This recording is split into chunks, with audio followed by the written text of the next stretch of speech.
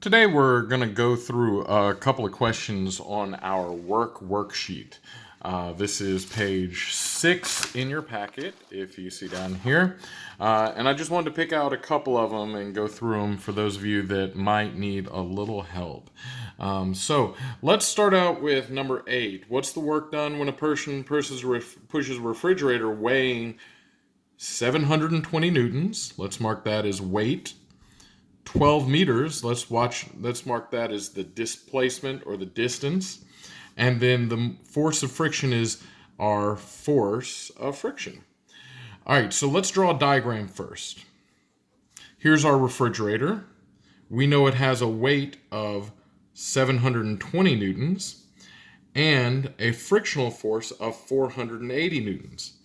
That means we're pushing it to get it to move with 480 newtons. Oops, I forgot my zero over here. We're pushing it with 480 newtons.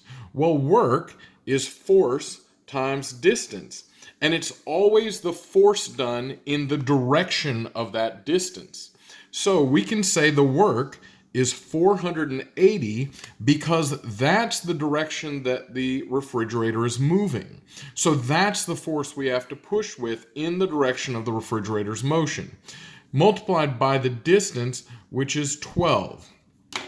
480 multiplied by 12, use my calculator real quick, gives us work equals 5,760 joules. All right, let's do number 9 real quick. Number 9, 3,000 joules of work are done by an elevator on a man, lifting him to a height of 25 meters. This is going to be the distance that he moves, right? In 0.4 seconds, that's going to be our time. And back at the beginning, 3,000 joules was our work. So if we've done 3,000 joules of work, work is the change in energy. So how much energy has the man gained? Wouldn't that be 3,000 joules? Because work is the change in energy. Sorry for the shake there. And B, how much power was generated in lifting the man?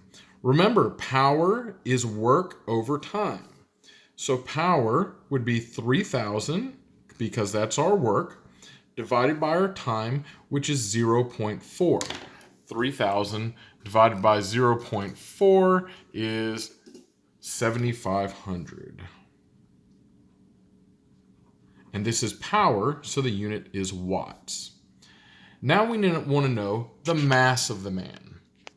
Well, we know that the weight of the man, we figure out the weight of the man using our work formula. So we know work equals force times distance. 3,000 equals our force times the distance of 2.5 meters. Therefore, to solve this, we'll divide by 2.5. 3,000 divided by 2.5 is 1,200. 1,200 newtons equals F. You can see the movement from there to there. Well, what is that force? Isn't that the man's weight? The force that we're overcoming to lift him up? Well, weight is mass times gravity, isn't it?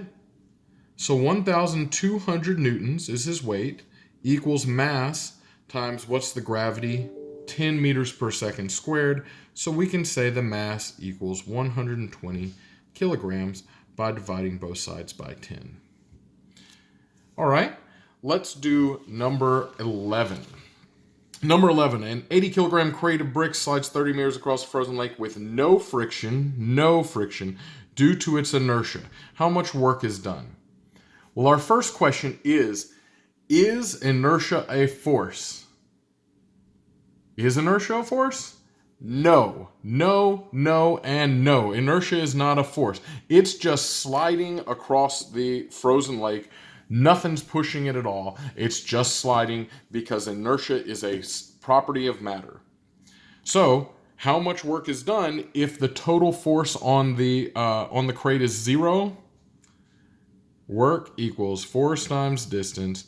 Work equals 0 times 30. 30 times 0 is 0, right? No work because nothing's pushing it at all. And it takes force to make it, to have work done.